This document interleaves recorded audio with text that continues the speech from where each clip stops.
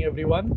I'm your instructor for today, Ricardo Mariano, and we will be discussing about the historical accounts of amnesty.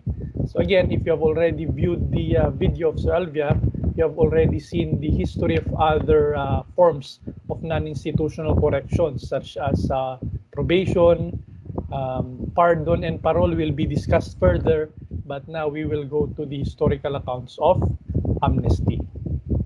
So first things first, what do we mean when we say amnesty?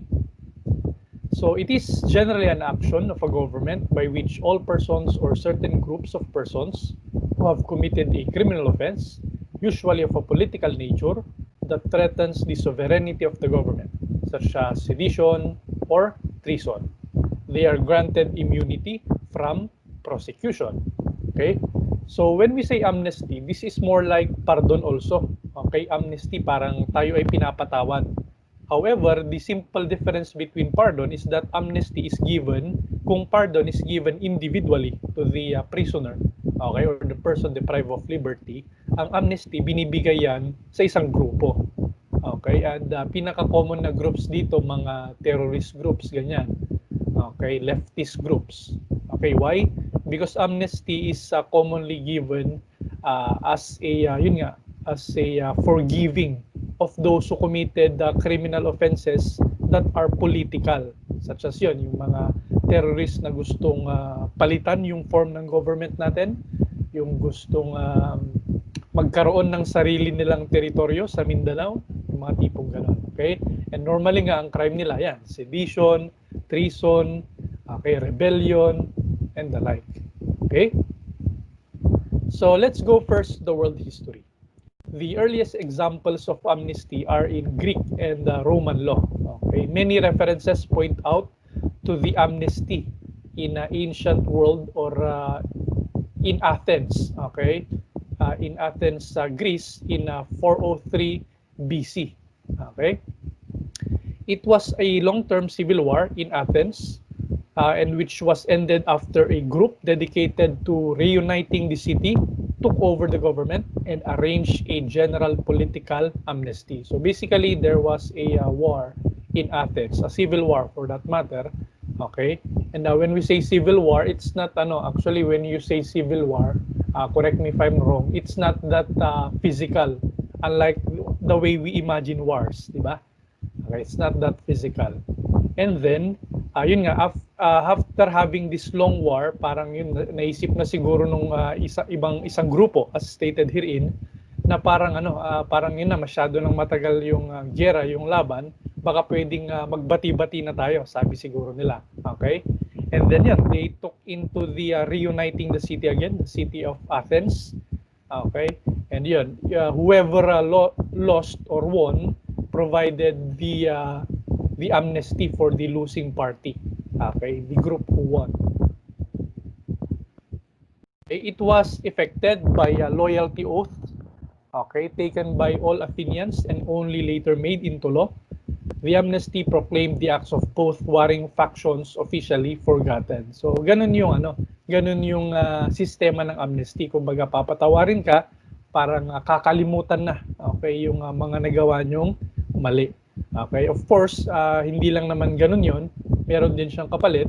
In this case, meron silang tinatawag na loyalty oaths. Okay, yung kung saan yun, they promise to pledge their loyalty to Athens and will no longer commit acts that will further the cry or the war, or that will incite again another war, parang ganon. Okay? So, of course, we know na we were conquered by the American country, no? By America. And of course, many of our programs were copied from them. Kasi nga, naging colony nila tayo, di ba? Naging colony pala nila tayo. Almost lang tayong naging state ng Amerika, kumbaga. So, of course, when you say America naman, sila ay muntik din namang or nasakop din naman ng England. Okay, kaya naman yung kanilang history based naman sa England. Okay, pero hindi na rin natin 'yun masyadong nilagay dito. Parang ang lang naman doon, ang sistema lang nila, it started with a certain king who provided amnesties to his enemies, kumbaga. Okay? So in American history, the first amnesty in the US history was offered by President George Washington. Okay, yung nakikita ata na ito sa dollar bills, di ba? Si George Washington in 1795. To participants in the Whiskey Rebellion, a series of riots caused by an unpopular excise tax on liquor. So that was the story basically, ano? Pinatungan nila ng malaking tax yung ating mga alak. Kaya yun, siguro yung mga manginginom, nag-riot sila. Kaya ang tinawag yung Whiskey Rebellion. Okay? Pero dahil mapagpatawad itong si George Washington, binigyan niya siya ng amnesty. Okay? It was a conditional amnesty, however. It allowed the US government to forget the crimes of those involved in exchange for their signatures on an oath of loyalty to the United States. So, same with the history in Athens, di ba? Pinatawad sila, yes, pero it was conditional. Okay, just like pardon, meron ding condition ito. Okay? And the condition was, ayun, they have to have their signatures on an oath of loyalty.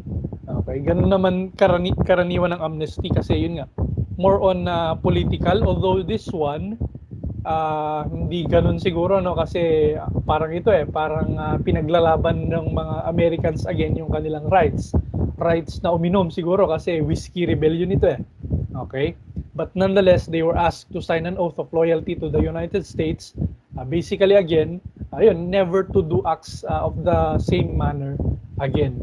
Okay, kasi yun, of course, if they violate this oath, talagang yun, probably they will be incarcerated and yun nga, hindi na sila mabibigyan ng another amnesty. Okay? So other significant amnesties in the US history were granted on account of the Civil War and the Vietnam War. Now, let's go to the Philippines. From the Spanish regime, amnesties in the nature of general pardons were granted by the governor-general such as Legazpi, who gave amnesty to Raja Soliman and other chiefs during the 1570s. Okay, other governor-generals were Pola Vieja, Fajardo, Corcuera, and Manrique de Lara. Okay, and they gave amnesties naman to Filipino and Chinese insurgents, yung mga talagang ayaw pasakop, no? So kumbaga matitigas ang ulo. Okay? Yung mga hindi naman sa not that it's a bad thing, pero yan yung mga, of course, insurgents, yung lumalaban pa rin noon laban sa Spanish regime, although tinatry na nila tayong sakupin. Okay? Of course, they were given amnesties, napatawad sila until we came into the next one, okay, during the American period, which is the Amnesty Proclamation of 1902. Okay, so during the American regime, an amnesty proclamation was issued in 1902 by U.S. President Roosevelt in favor of Filipinos involved in the revolution by virtue of the pardoning power granted him by the U.S. Constitution. Okay? By the way, this little muyot that you see here, this is the author, ano?